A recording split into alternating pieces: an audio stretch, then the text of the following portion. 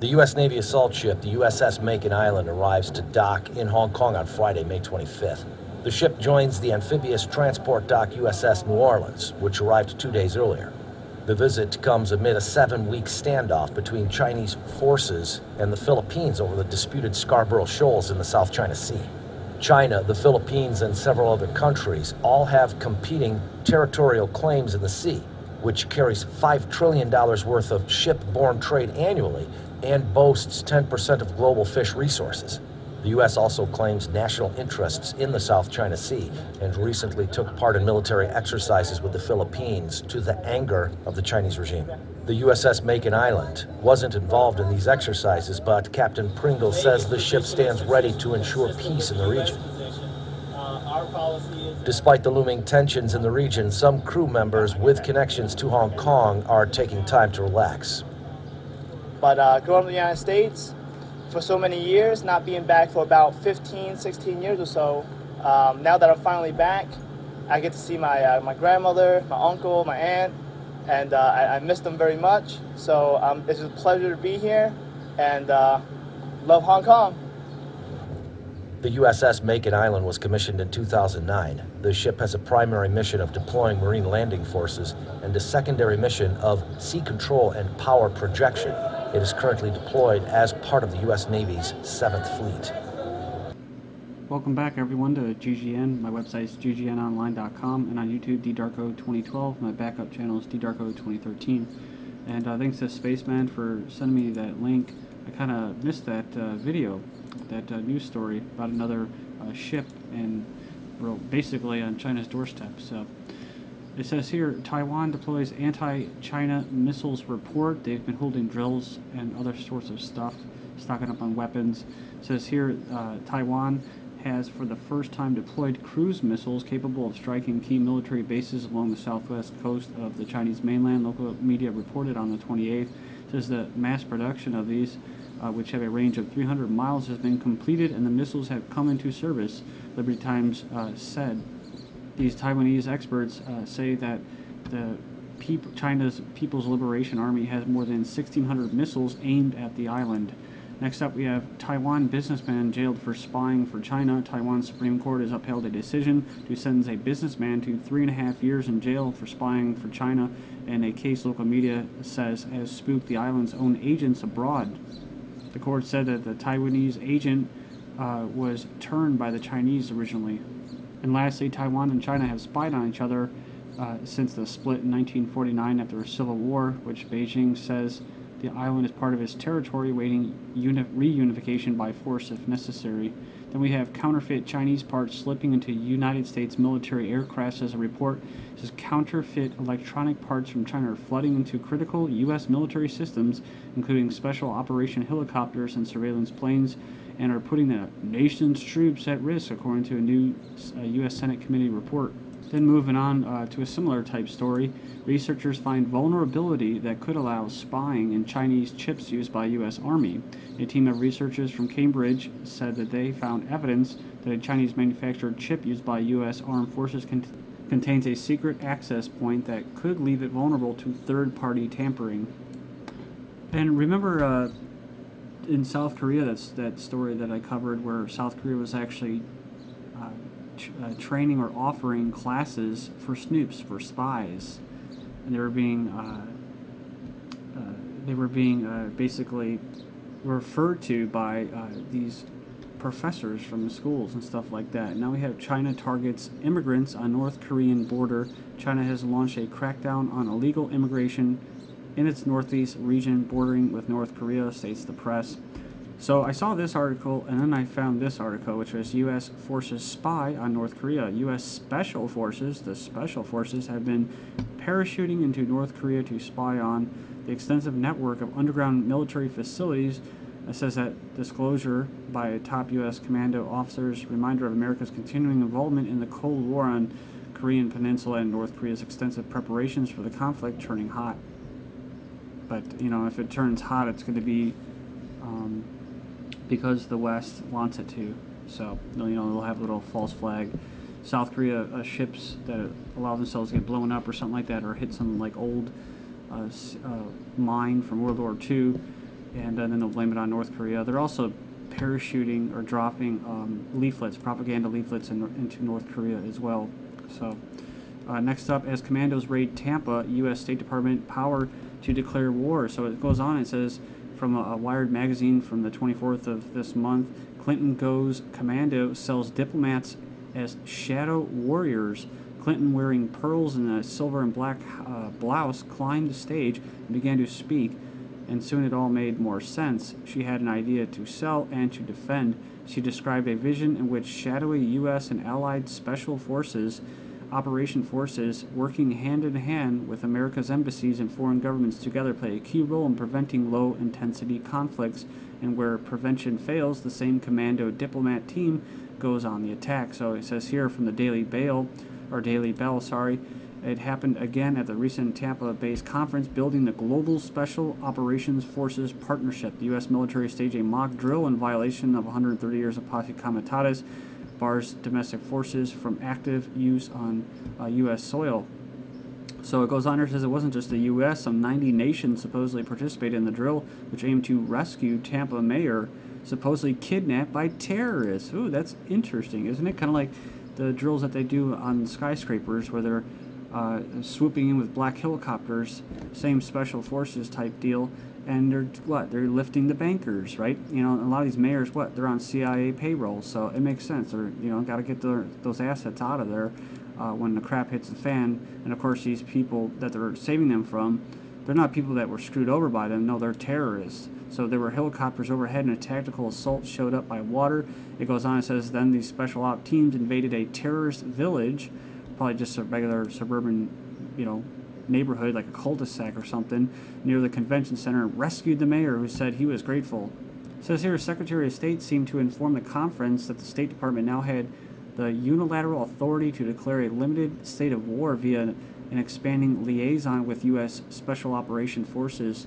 Here are some direct quotes. We created a new Bureau of Conflict and Stabilization Operations that is working to put into practice lessons learned over the past decade and institutionalize a civilian surge capacity to deal with crises and hotspots. And two things, remember, they just this year, in January, they created a Bureau of Counterterrorism, which is not that big of a deal, but also this stabilization operations kind of goes in hand with what? With the continuity of government, where they would have self-appointed representatives. They're not really representing you, I guess, if they're just picked for you, but either way, they're, this has to do with basically an economic crisis or, quote, natural disaster, a continuity of government. So it says here, experts from this new bureau, and that's what makes sense with these people, these mayors getting, rescued, and bankers at tops of skyscrapers in the metropolises getting rescued. That has to do with continuity of government, to keep those important people that have basically sold out their people, whatever, right? Their customers or clients, or their constituents, basically, so they could have the same sellouts continuing their little government system. Because you're gonna have a lot of people that are gonna be pissed off, right, during this. You're not gonna be able to hold elections. You know what I mean? If you do hold elections, the powers that be, they're not gonna get the people that they want to get in there. And that's what's so important about this period that we're in right now, where they have to go through this transition period of collapse, or even a slow collapse or transition period, with the economy, with society, with the police state and all that, where they tighten it up, where there's actually, I think there's going to be a little bit of period where there's going to be a little bit more freedom or liberty, whatever you want to call it, to be able to move about. And so, yeah, I mean, with these whole election things, it's going to be a little bit harder for them to control all of the elections, especially when people are going to be sitting there. Think about it. They're not going to be using Diebel or whatever those machines for voting machines, Diebel. They're going to be using hand stuff, counting it. There's going to be less possibility for fraud, and it takes a long time to get to where they have it in the United States, where the majority of those politicians, they're sold out, right? There's only a handful of them, and every bill you can see them. They're always in the nays. There's like 7 of them, right? So all of them have basically just conceded to this new power structure, this shadow government or shadow elite, basically, that control Congress and all that. And it's kind of like that movie, that show Jericho. They had their own elections and stuff like that. Whereas, the whole plan is during this transition period where they have this, quote, order out of chaos, event, whatever it may be, or events, where they're going to have their system already in place. Like the new government in Jericho, you got to watch that show. It just came in, right? The president wasn't elected or anything. And he just came in and said, oh, this is the new government, so that's what they're going to do. Or at least I think they're going to do. The State Department and the U.S. Special Operations Forces, a new unelected and unaccountable power in the world. Experts from this new bureau are working closely with Special Operation Forces around the world, says Clinton. Our diplomats also saw that the United Nations staff in the region could be a useful partner, so they worked through our team in Washington, now in New York, to obtain new authorities for the UN officials on the ground and link them up directly with our Special Operation Forces to share expertise and improve coordination. And I'm just going to do this one quick article, and I'm going to move back on to this War on Terror, Liberty, Sovereignty news. The police tell Greeks not to withdraw money from banks. I meant to cover this before, and I just skipped it out by accident. Police are urging Greeks to keep their money in bank accounts rather than putting it at risk of theft, says the Guardian report. So this is crazy, dude, isn't it? They're trying to prevent them from doing like a bank run type thing. But they're saying, oh, risk of theft, that's why. So they're telling them, the IMF's telling the Greeks to pay your taxes. And then the police are telling them, don't withdraw money from your banks. So they're in bad shape.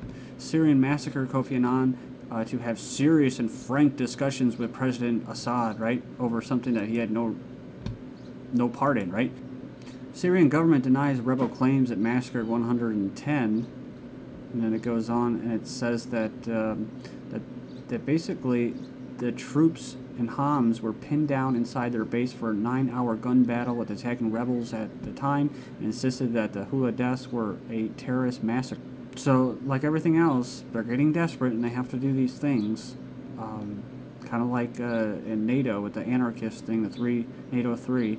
BBC News uses Iraq photo to illustrate Syrian massacre. The BBC is facing criticism after it accidentally used a picture taken in the Iraq War in 2003 to illustrate the senseless massacre of children in Syria. So, and this is ultimately when you know they're getting desperate, when they say, oh, the children are being, killed, and women and children, like they care, right? Like the United States cares about the women and children as their poverty rate is at a 17-year high, right? As they're killing women and children, families in Afghanistan, Pakistan.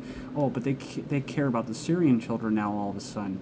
And people buy this bullshit. They do. Americans buy it.